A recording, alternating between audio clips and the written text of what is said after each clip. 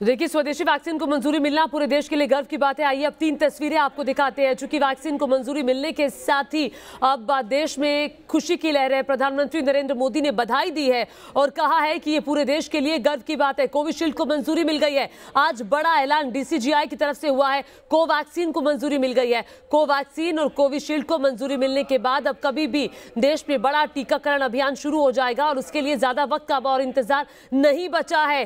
तो आज का दिन बहुत बड़ा दिन है। चूंकि कोरोना की जिस महामारी का सामना पूरे देश ने किया, जो वक्त लॉकडाउन का हम सब ने देखा, सब लोग घरों में कैद रहे, घरों में बंद रहे महीनों तक। उसके बाद अब आखिरकार ये वैक्सीन आ गई है। लेकिन प्रधानमंत्री नरेंद्र मोदी ने साथ ही ये भी कहा कि लापरवाही नहीं बरतेंगे।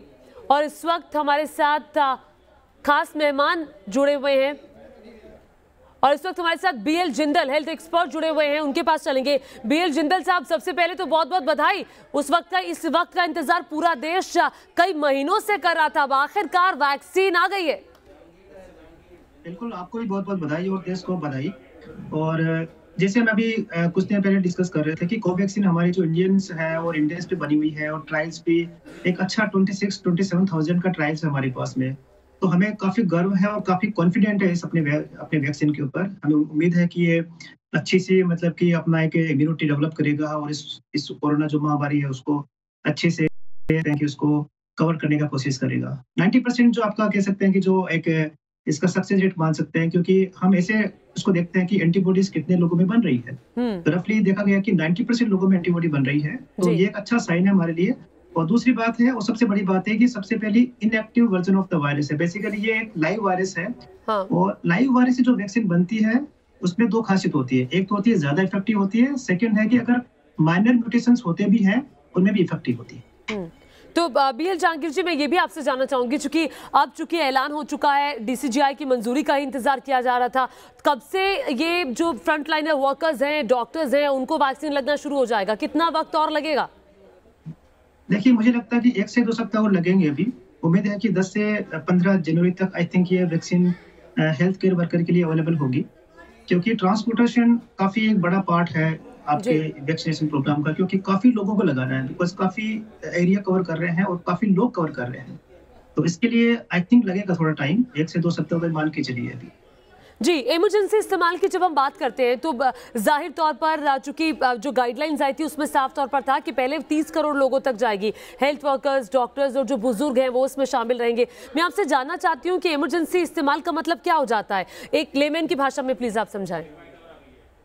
देखिए, रेस्ट्रिक्टेड यूज का मतलब ये होता है, आपातकालीन यूज का मतलब ये होता है कि इसकी कुछ ट्रायल के साथ में और अच्छे रिजल्ट्स के साथ में लिमिटेड लोगों को लगाना, और ऐसे किसी भी नॉर्मल पर्सन के लिए या फिर कहीं स्टोर पे वो ऐसे अवेलेबल नहीं होगी। तो बेसिकली इसका जो भी वैक्सीनेशन है पूरा गवर्नमेंट के कंट्रोल में रहेगा, और किसको लगाना है, कहाँ लगाना है, सारी चीजें गवर्नमेंट तय करेगी।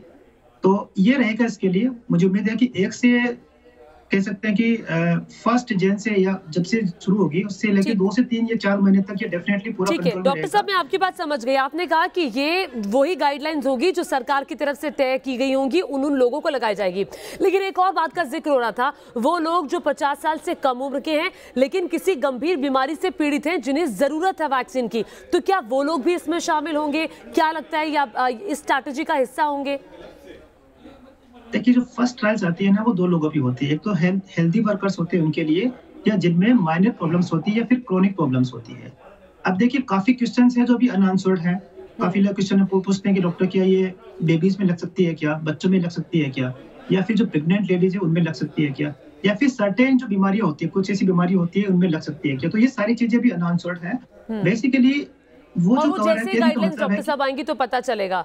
और हमारे साथ डॉक्टर अनिल गोयल भी जुड़ गए हैं, हेल्थ एक्सपर्ट हैं। डॉक्टर अनिल के पास मैं आऊंगी, लेकिन आपको बता दें डीसीजीआई की तरफ से इस वक्त एक बड़ा बयान सामने आ रहा है। डीसीजीआई की तरफ से ये साफ कर दिया गया है कि देखिए, हमने जो वैक्सीन को मंजूरी दी है वो जांच परख करने के बाद ही दी है, हमने पूरी तसल्ली करने के बाद ही मंजूरी दी है कोरोना की वैक्सीन को, कोविशील्ड को और कोवैक्सीन को। आइए आपको सुनाते हैं क्या कहा गया है डीसीजीआई की तरफ से।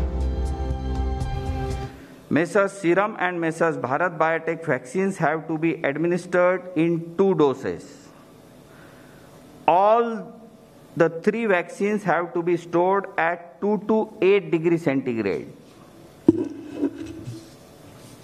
After adequate examination, the CDSCO has decided to accept the recommendations of the expert committee, and accordingly, vaccines of Messrs. Serum and Bharat Biotech are being approved for restricted use in emergency situation. तो बहुत महत्वपूर्ण हो जाता है, क्योंकि तरह तरह की भ्रांतियां भी फैलाई जा रही हैं वैक्सीन को लेकर, उसके साइड इफेक्ट्स को लेकर। और इसी पर बातचीत करने के लिए डॉक्टर अनिल और डॉक्टर जहांगीर हमारे साथ लगातार बने हुए हैं। डॉक्टर अनिल, आपके पास मैं आना चाहूंगी। अगर मैं साइड इफेक्ट्स की बात करूं, साइड इफेक्ट्स की बात कर लेंगे, लेकिन भ्रांतियां जो फैली हुई हैं उस पर लगाम लगा दी है DCGI की तरफ से, जो कहा गया है कि हमने पूरी जांच परख के बाद और पूरी तसल्ली करने के बाद ही हम वैक्सीन को मंजूरी दे रहे हैं।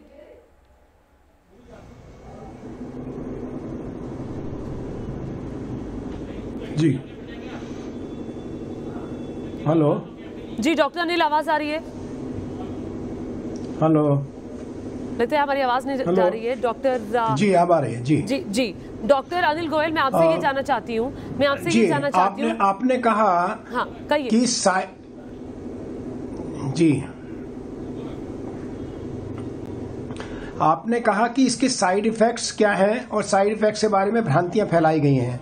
साइड इफेक्ट्स बहुत मिनिमल है, जैसे लोकल जहां इंजेक्शन लगता है उसमें थोड़े एलर्जिक रिएक्शंस हो या थोड़ा बुखार हो, हेडेक हो। इसके लिए भी जहां वैक्सीन लगाई जाएगी उसके बाद आधा घंटा ऑब्जर्वेशन में जिस भी इंडिविजुअल को वैक्सीन लगेगी वो उसको वहां पर रखा जाएगा। नंबर 1, कोई मेजर साइड इफेक्ट्स नहीं पाया गया है। जैसे वीजी सोमानी साहब ने कहा कि अगर जरा सा भी कोई मेजर साइड इफेक्ट होता तो हम इसको अप्रूव नहीं करते। तो हमको इस बात को आगे जनता तक पहुंचाना होगा कि भ्रांतियां ना फैलाएं। पोलियो के दौरान भी ऐसी बहुत सारी भ्रांतियां फैलाई गई थी कि इससे नपुंसकता हो जाएगी, इससे बच्चे पैदा होने में दिक्कत हो जाएगी। इसी तरह से इस बार भी कुछ राजनीतिक कारण हो सकते हैं या कुछ और कारण जो भी हो सकते हैं, वो भ्रांतियों को हमको रोकना है। ये सेफ है, इफेक्टिव है, इमरजेंसी यूज ऑथराइजेशन दिया गया है, क्योंकि इसको रिस्क बेनिफिट रेशो देखेंगे तो रिस्क कम है, बेनिफिट्स ज्यादा है। हमको अभी चेन हर्ड इम्यूनिटी लाना है, चेन ऑफ कोरोना को तोड़ना है, तब ये जाकर इस देश को ये कोरोना से मुक्त होगा। इसके साथ ही मैंने पहले भी कहा, पब्लिक हेल्थ मेजर्स को हमको अपनाना होगा अभी भी, वैक्सीन लगने के बावजूद भी। डॉक्टर जहांगीर, लेकिन भारत के लिहाज से अच्छी खबर ये है, वैक्सीन भी आ गई है, अब लगनी शुरू भी हो जाएगी, और इसी के साथ ही जो हमारा रिकवरी रेट है वो भी बहुत अच्छा है। बिल्कुल, देखिए, क्योंकि हम समय के साथ में सीख रहे हैं कि हमें हमारे लिए मास्क और हमारे लिए जो डिस्टेंसिंग है कितना जरूरी है। तो शुरू में आपने कुछ मेमेज देखे होंगे कि सोशल डिस्टेंसिंग मास्किंग ही वैक्सीन है, और डेफिनेटली हमने उसको अच्छे से समझा है। तो वो चीजें तो प्राइमरी पार्ट है जिसको सबसे पहले हमें कंटिन्यू करना ही है। और साथ में अगर हमारे पास में वैक्सीन आती है तो डेफिनेटली हमारे लिए एक बूस्टअप चीज है कि हम ज्यादा कॉन्फिडेंट हो जाएंगे कि हाँ हमें नहीं होगा। लेकिन जो प्राइमरी चीजें हैं किसी भी बीमारी के लिए, उसको कभी नहीं छोड़ना चाहिए। ये आपने बहुत सही बात की। डॉक्टर अनिल, मैं ये अब जानना चाहूंगी आपसे कि वैक्सीन लगने के कितने वक्त बाद आप इम्यून हो जाएंगे और आपकी बॉडी जो है वो कब, मतलब कितने वक्त में कोरोना से लड़ पाएगी?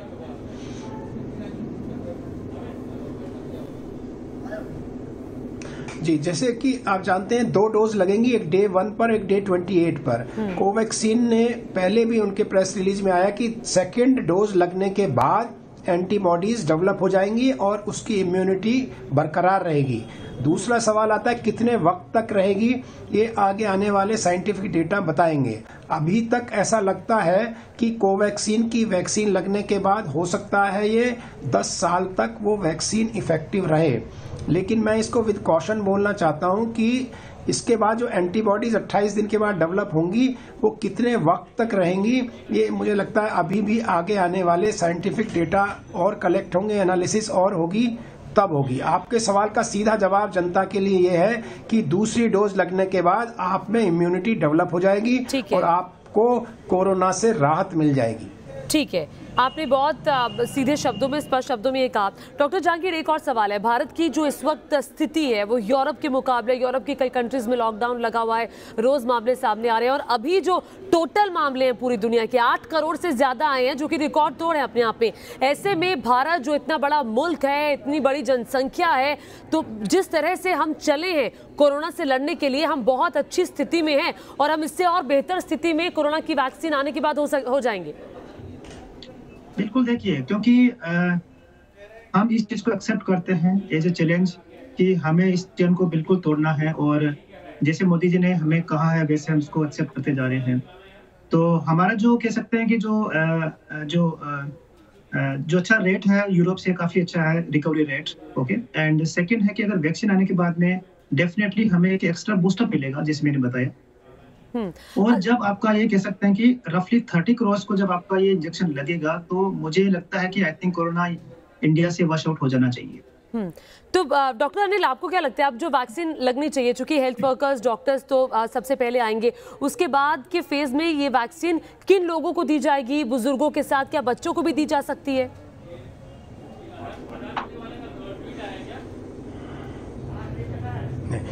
देखिए, first stage frontline, second stage frontline workers को दी जाएगी, और उसके बाद 50 साल के ऊपर जिनको कोमॉर्बिडिटीज है उनको दी जाएगी। उसके बाद 50 साल के नीचे के लोगों को विद कोमॉर्बिडिटी उनको दी जाएगी।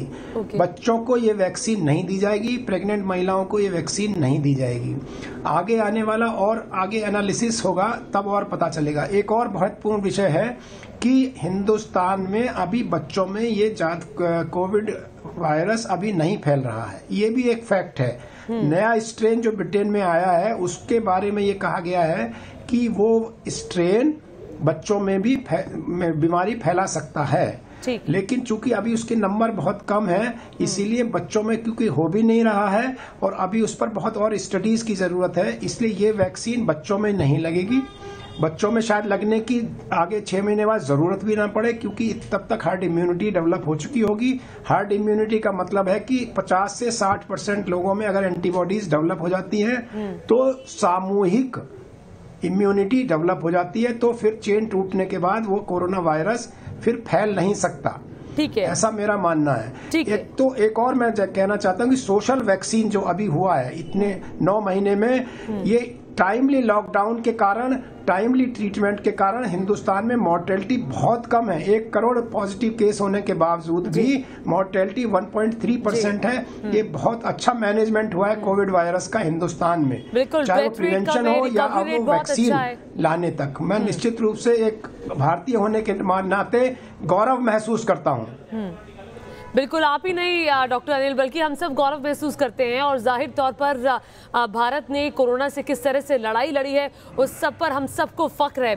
डॉक्टर BL जहांगीर, एक आम बोलचाल में जब लोग बात करते हैं आपस में, और जब हम कुछ रिसर्च करते हैं, चूंकि वैक्सीन को लेकर कई सारी बातें हो रही हैं कि भाई जब एक वैक्सीन बनती है तो फिर कई सालों की उसमें मेहनत होती है, कई सालों के रिसर्च होते हैं, लोगों की बॉडी को रीड किया जाता है, कैसे रिएक्ट कर रही है, जिनको गंभीर बीमारी है, जिनको नहीं है, या फिर आने वाले वक्त में हो गई। लेकिन कोरोना की वैक्सीन बहुत जल्दी बना दी गई, इसीलिए शायद कई लोगों को इसको लेकर एक शक भी है। उन लोगों के लिए आप क्या कहना चाहेंगे? बिल्कुल, डाउट सबको है, और उन लोगों को जो कि थोड़ा समझना नहीं चाहते उनको तो ज्यादा ही डाउट है। मैं उनको एक बार ये बताना चाहता हूँ कि हमारे पास में जो ट्रायल्स का जो डाटा है वो 26,000 पेशेंट्स जो हेल्थ वर्कर्स का है। सेकंड, आपको सीधा वैक्सीन नहीं दिया जा रहा है। सबसे पहले डॉक्टर्स, हेल्थ केयर वर्कर्स आपका वैक्सीन ले रहे हैं, आप उनसे समझिए, उनसे आप जानिए। सेकंड, फिर 2 करोड़ लोग ऐसे भी हैं जो कि फ्रंटलाइन वर्कर है, उनको दिया जा रहा है। रफली 3 करोड़ का डाटा आपके पास में होने के बाद आपको दिया जाएगा वैक्सीन। तो आप इसमें आप बिल्कुल निश्चिंत रहिए। आप ऐसे जो आम जनता है उनको बिल्कुल सही कह रहे हैं आप डॉक्टर जहांगीर, डरने की जरूरत नहीं है, और जो भ्रांतियां फैल रही है उन पे विश्वास करने की जरूरत नहीं है। प्रधानमंत्री नरेंद्र मोदी ने सीधे इसका जिक्र भी किया था, जो गलत खबरें आ रही हैं कृपया करके उन पे लगाम लगाइए, उन पे यकीन मत करिए, क्योंकि डॉक्टर्स की, वैज्ञानिकों की मेहनत का नतीजा है कि आज वैक्सीन हमारे बीच में है। बहुत शुक्रिया डॉक्टर अनिल आपका, डॉक्टर BL जहांगीर आपका भी बहुत बहुत शुक्रिया। और इसी के साथ हमारी इस खास पेशकश में अभी के लिए इतना ही। एक छोटे से ब्रेक के लिए रुक रहे हैं, आपका ही मजा आएगा। देखते रहिए न्यूज़ नेशन।